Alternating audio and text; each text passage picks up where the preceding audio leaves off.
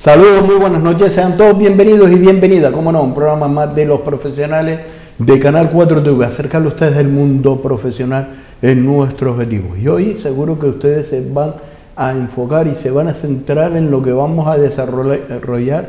Vaya, me iba hasta liar. Desarrollar esta noche con nuestra invitada, porque vamos a hablar sobre todo del mundo laboral y todo lo que conlleva las legislaciones, porque para ello tenemos con nosotros a doña Belén García Bermúdez, que es abogada y grado social. Muy buenas tardes, noche. Muy buenas tardes, noches. Buenas noches, ¿qué tal? ¿Cómo estamos? ¿Cómo estamos, Belén? Yo, un placer que me hayas invitado para poder debatir un poco de derecho laboral. Encantada de estar aquí contigo. Nosotros agradecerte el que nos puedas destinar un poquito de tu tiempo, pues sabemos que estás muy liada, en 1000 frentes abiertos, y sobre todo para llevar la máxima información a aquellos que nos ven, a los televidentes, que seguro que tendrá 1.000.000 de dudas, en el cual vamos a tener un compromiso con ustedes y vamos a buscar un espacio para que Belén las pueda atender a ustedes a través del hilo telefónico. Buscaremos un día para poder despejar, ya que Belén es una persona que la verdad que es muy accesible, una persona que se desvive sobre todo para llevar y sacar adelante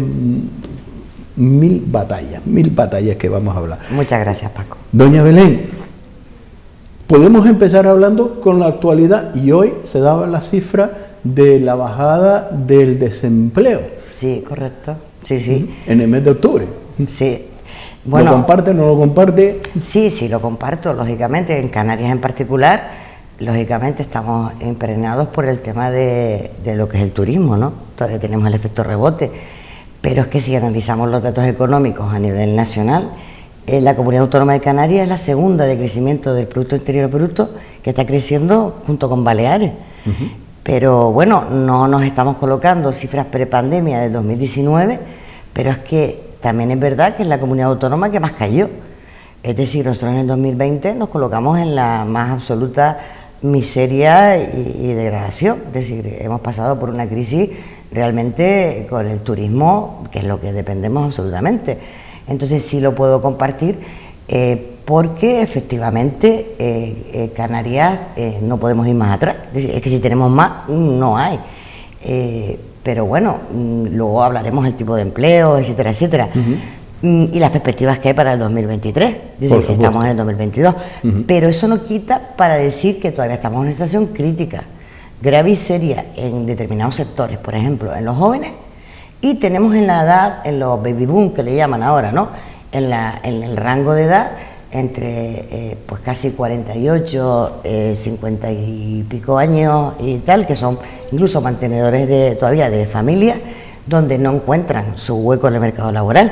En eso hay que seguir siendo un esfuerzo, porque seguimos siendo arrastrando dentro del Estado pues las mayores cifras de desempleo que hay. ¿Ha afectado a esta bajada del desempleo la reforma de la ley laboral? No. La reforma lo que ha hecho es maquillar los datos, como todos sabemos. Es decir, lo que se ha hecho es transformar contratos temporales en contratos fijos discontinuos. Es decir, lo que era temporalidad en realidad es contratos fijos discontinuos. Los datos que daban precisamente ayer es que era donde más baja se ha dado en los periodos de prueba. Vamos a ver, es que la mayoría de los contratos se dan en el verano. Las cifras que estamos teniendo ahora pues se quitan en el periodo de prueba. No se trata de... el gobierno no puede forzar al empresario a contratar trabajadores, es que eso no es imponer, es decir, no es una negociación, es una imposición. Entonces aquí hemos estado legislando a base de imposiciones. Entonces las imposiciones nunca son buenas, porque todo lo que impones y no pactas, que en realidad no lo pactas, porque en realidad lo que hizo aquí un poco fue: oye, quiero la reforma para que hagas contratos indefinidos. Vale, eso lo pedía Europa, de acuerdo. Pero bueno, yo aquí quiero decir una cosa, yo lo publiqué y sé que no es políticamente correcto, no lo que voy a decir, pero yo no soy políticamente correcta, nunca lo he sido, porque me da igual. Pero lógicamente hablaban de los salarios dignos y que tenemos que tener salarios dignos, y estoy totalmente de acuerdo, pero es que tenemos los costes salariales más altos de toda Europa.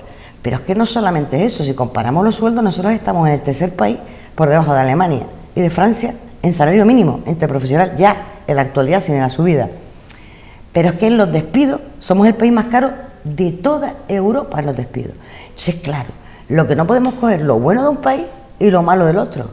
Es decir, queremos lo bueno, pero no queremos parecernos a Europa. Si somos europeos, lo somos en todo. Entonces, en realidad, el miedo y la inseguridad jurídica hace que la inversión se retraiga, lógicamente, pues que empresas como alimentación, en el caso de Mercadona, pues esté planteando una bajada importante, ha dejado de fabricar muchos productos ahora hacendados, se están produciendo muchos despidos, porque hay una inseguridad jurídica tremenda. Entonces, ante ese tipo de situaciones, ¿qué se hace? Es decir, por más leyes que tú pongas, dice, oye, yo aquí me marcho, es decir, este país no me da seguridad jurídica, las leyes no me aportan ningún tipo de estabilidad, los costes del despido no me compensan. Entonces, ¿qué hago? Aunque son empresas que han dado súper beneficios, y incluso tienen una prima que le llaman los empleados, dice, bueno, yo ahora mismo quiero quitarme mi pasivo. ¿Pasivo qué es? Para que los oyentes nos entiendan. Pues el pasivo es que los trabajadores que tienen más antigüedad, a la empresa le consta como una carga dentro de su negocio, una cifra de negocio. Entonces, cuanto más liberen a los trabajadores con más antigüedad, la empresa vale más dinero en el mercado. Tenemos el ejemplo de Hermanos Domínguez, cuando hace muchos años la vendió, que efectivamente hizo la misma operación. Empezó a despedir a todos los trabajadores con una antigüedad X determinada, empezó a hacer despidos para de esa manera un poco abaratar y hacer una empresa atractiva de cara a su propia venta. Claro, estamos hablando de precios de la luz, estamos hablando del 2023, estamos hablando de precios de que la luz lo que han hecho es diferir los costes, no quitarlos. Estamos hablando de la gasolina, la gran incertidumbre que hay. Y las empresas, este tipo de empresas son empresas que son gestiones de dinero, es decir, no son empresas de alimentación, son gestores de fondos. Viendo venir el tema del Banco Central Europeo, etcétera, etcétera, ya no estamos hablando de Canarias, que no es el caso, como ya hemos comentado. No vamos a alarmar a Canarias, vamos a dejar a Canarias ahora separada, porque si no creamos una alarma social para el consumo que se retrae, pues lógicamente, pues dice, yo no voy a perder aquí ni un duro, yo lo que hago es seguir manteniéndose, lo que hago es, doy menos beneficio, amortizo, libero mis cargas fiscales y vendo, pues lógicamente. No sé si con esto me ha alargado más en la respuesta de lo que tú esperabas. No, para nada, pero toda la información que nos has dado es fabulosa, porque es una laguna, ¿no? Una laguna que desconocemos todos esos movimientos. Claro, los movimientos porque son grandes artífices financieros, es decir, la gente esta lo que tiene son las centrales, las grandes supermercados, las grandes maquinarias, son centrales financieras, mueven el dinero, es decir, no son otras cadenas que no voy a nombrar para hacerle publicidad gratuita, que son realmente de alimentación, sino son grandes mercados que utilizan el dinero en efectivo para a través financiarse. A los proveedores le pagan a 90, 120 días y utilizan ese dinero para intercambiarlo.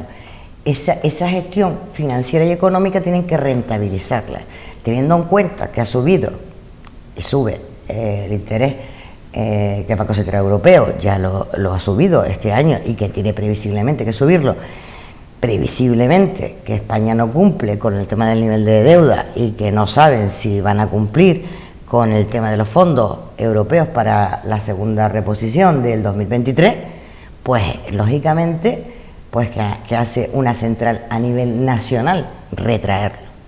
Mucha gente dice que se han subido los precios, pero la realidad es la que estamos en el mercado.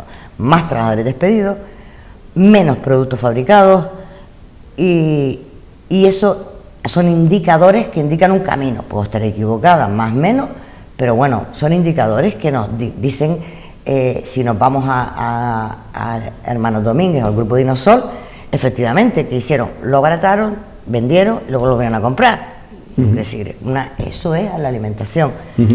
Y en el mercado laboral pasa eso. Pero ¿no cree que por parte del propio gobierno de esta nación ha trasladado, o por lo menos le ha dado pie a que esa grande, podemos decir, empresa, que estén en el foco del punto de mira, ¿no? Porque lo primero que te dice es vamos a poner un impuesto para los más ricos, para los que más tienen, que sean solidarios con los que menos tienen, a través de esos impuestos.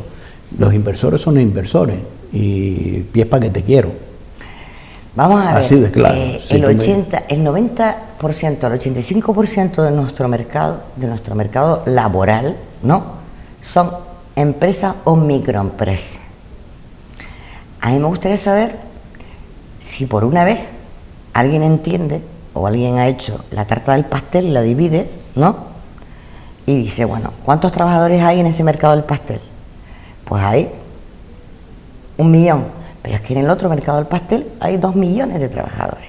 ¿Quién lo sustentan? Pues el señor de la esquina, el bar, la cafetería, la peluquería, el establecimiento. Entonces, ¿qué pasa? El grande no tiene problema, se marcha, hace lo que quiere y dice, bueno, ¿aquí esto qué es? Pues ¿qué hacen las grandes marcas? Las grandes multinacionales. Tienen capacidad de reacción, capacidad de manipulación y dicen, no, es que el dinero, no, es que la inseguridad jurídica que ustedes están creando, señores, hace que retraigan la inversión. Yo no invierto cuando tú me estás diciendo y haces reales decretos cada 2 por 3 y resulta que me gobierna a base de reales decretos constantemente. Cuando no incentiva el que yo contrate, sino me dices, tú contratas, pero además te voy a obligar a que tú me hagas esto, a que tú me hagas lo otro, a que me lo hagas indefinido, además a que me tengas... O sea, no, es que las obligaciones... no, o sea, no. Incentiva la contratación. ¿De qué manera incentiva la contratación?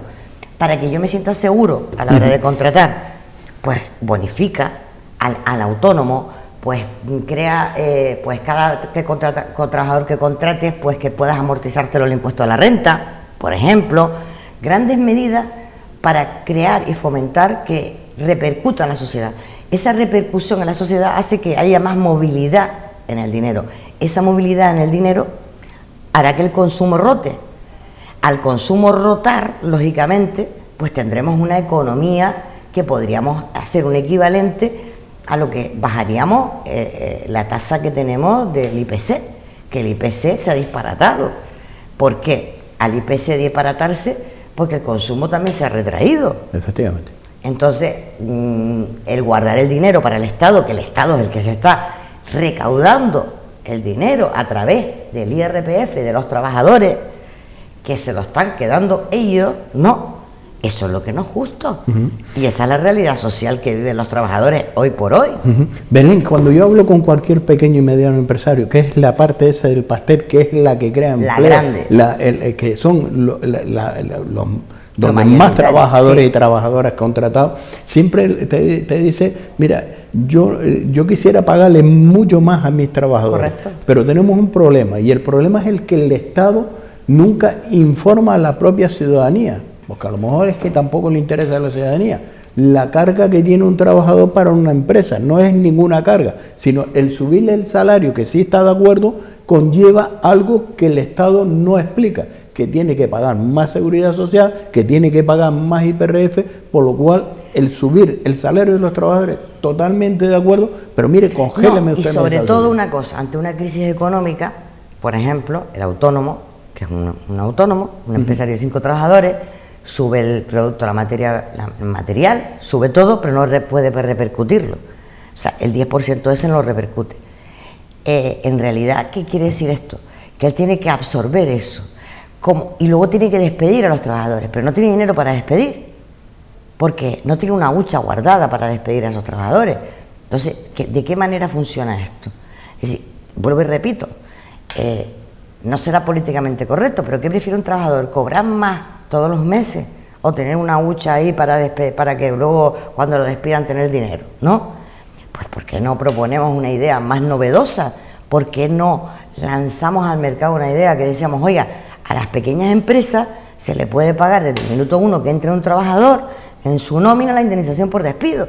Y se pacta y se le pone la indemnización por despido, incrementamos automáticamente el consumo, hacemos que la rotación del dinero caiga, que el trabajador se marche voluntariamente, no importa, ya lo ha cobrado, no pasa nada, el empresario estaría dispuesto a pagarlo, pero la cuestión es, y solamente será una medida para los pequeños empresarios, el empresario estaría tranquilo, porque podría asumir que su coste ya lo tiene controlado, pero de la otra manera, un trabajador que lleve 10 años no tiene el coste controlado, pero será una medida drástica, de tal forma que de un carácter inmediato el empresario tuviera una concepción de lo que va a hacer, no le va a tener una repercusión. Por ejemplo, ahora te traigo a colación el convenio de hostelería, ¿no? Bueno, hay una parte importante y sobre todo una interesante. muy importante en Canarias. hay un preacuerdo con los sindicatos para firmar el convenio de hostelería y que entra restauración. Restauración, que son los bares, la cafetería de la esquina, donde vamos a tomar el cafecito, donde vamos a estar, donde vemos esos empleados, donde tantas veces nos dicen es que nos explotan los trabajadores, que no hacen más horas y tal. Bueno, ten en cuenta que aquí el salario es más alto que en Madrid. O sea, el convenio de hostelería nuestro es más caro que el de Madrid. O sea, para empezar vamos a poner las cosas en su sitio. Porque el señor del bar paga lo mismo que el del restaurante más caro que hay en cualquier sitio. Entonces, ¿qué le pasa a ese señor? Porque el señor del bar trabaja también, el autónomo trabaja. Si no es un empresario que está en su casa sentado, haciéndose rico con todo, no, genera a su vez, trabajan. Es decir, aquí la figura empresarial se confunde a su vez con el propio autónomo que trabaja muchas horas junto con los trabajadores, ¿vale? Y más. Y más, muchísimo. Entonces, ¿qué sucede cuando aumenta ese sueldo? Han aumentado el 3% este año, el 3%. Pero es que para enero, en 2 meses, el 2,5%. O sea que del 3 más el 2,5%, sí que sí que sube el 3 ya, más el 2,5%. Estamos hablando de un 5,5% en menos de 2 meses, en restauración, en cafetería. Para enero, bien. Entonces dice, la patronal dice, bueno, pero claro, en el 2024, ojo, ya se puede aplicar la tarifa 5, pero es que tiene una trampa. En el 2024, cualquier complemento que se pague de más no podrá ser absorbido. Pero si ya le estás pagando de más a los trabajadores, da igual que te aplique la tarifa en el 2024 de cafés y bares. ¿Qué va a coincidir esto? ¿Y qué va a pasar? Que a mí va a salir más rentable en el 2023 despedir a todos los trabajadores antiguos para en el 2024 contratar trabajadores nuevos y aplicar la tabla de la base 5. ¿Qué recomendación haríamos? Pues despedir. Es que, vamos a ver, aquí tampoco hay que hacer una filosofía del César, pero como asesora, ¿tú qué le dirías al empresario? Mira, pues hay que intentar quitarnos la masa de lo más que podamos para que en el 2024 no vayas con una carga y puedas contratarlo, porque no vas a poder absorber, no vas a poder... Y todo esto sería necesario. No hay camareros, hay carencia de material profesional en restauración. Faltan con el tema de Inglaterra, con el tema del Brexit, tampoco hay personal que pueda ser esté habilitado para trabajar. Cualificado en ese sector. Entonces, ¿qué nos encontramos? Con un 5,5 en enero, con un IPC del 10%, con un IRPF que los trabajadores no van a percibir el 5,5, van a percibir menos, porque claro, el trabajador va a ver y dice, me van a subir el 5%, ¿no? Y claro, cuando las tablitas salariales, que las pone, la señora dirá, bueno, pero resulta que usted ahora, como le subió el sueldo el 5,5, a usted le voy a subir las tablas salariales, el IRPF, el 3%. ¿Cuánto se va a quedar el trabajador cobrando? Un 2% más. ¿Y quién se va a llevar el resto del maremándum? Hacienda. ¿Hacienda quién es? Todos. No. Es decir, y un IPC del 10. En realidad, ¿quién está perdiendo por adquisitivo? El trabajador. Es decir, en realidad suena a bombo y platillo todo lo que estamos hablando, cuando en realidad están falseando los datos en contra de lo que el trabajador pueda devengar.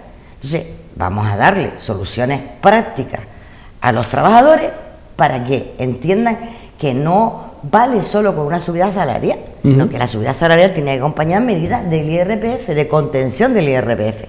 El trabajador preferiría, imagínense ustedes otra medida, y se lo pregunto a los oyentes, no suben el sueldo, le quitan el IRPF el 10%, cobran más. El empresario puede mantener su plantilla y no hay incremento de coste, solo con que aquellos trabajadores que cobran menos de 22.000 euros le quites el 10% de retención. ¿Verdad que sería fantástico? ¿O no? ¿No tendríamos el mismo resultado? ¿Compensaríamos el IPC?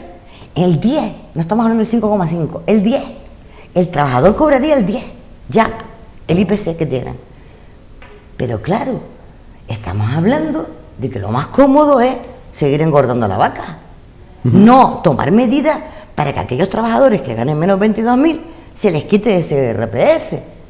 Pues se le quita el IRPF del 10, hay una contención del gasto, y la contención del gasto pasa por la casa. Ingreso menos gasto Es lo que tenemos que hacer en los presupuestos. Lo que no podemos hacer es pedirle a todos nosotros, autónomos, incluida yo, todos tenemos que apoquinar para el Estado y resulta que se suben los sueldos en los diputados el 3%, que un sueldo de un diputado, recordemos que son 88.000 euros y un 3% es un dineral y que no tributan Hacienda. Y nosotros sí, con 22.000. ¿Que no tributa Hacienda a los diputados? No, están exentos de tributar Hacienda, sus ingresos. ¿Pero Hacienda no somos todos? Sí, pero ellos no, están exentos. Entonces, ¿qué pasa? Que yo no estoy de acuerdo con que ellos hagan un trabajo social y no me importa, es decir, eso no entro, yo no entro en política, entro en que la economía parte desde casa, igual que los niños se crean con el ejemplo, ¿verdad? Pues el ejemplo que tiene que dar el Estado es la contención del gasto público, el gasto público superfluo, el gasto público que podemos obviar. Entonces, de esa manera, todos los empresarios y todos los trabajadores podrán esforzarse, pero ¿cómo ven ellos que su nómina pueda subir un 10 en enero? Bajando en las tablas del IRPF, ¿a que estarían contentos?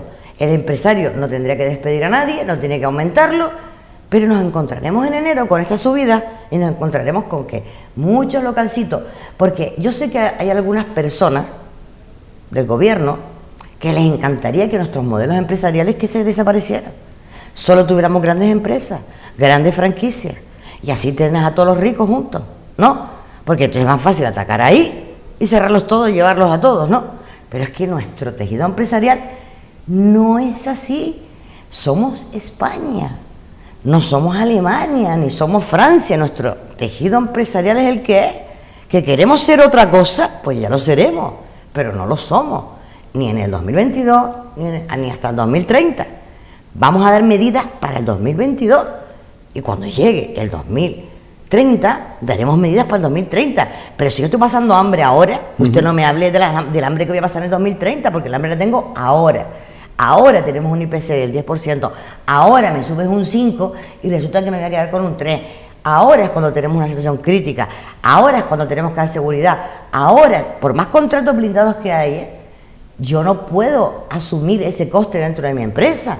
Yo no le puedo subir mis costes empresariales a mis clientes en enero el 10% del IPC.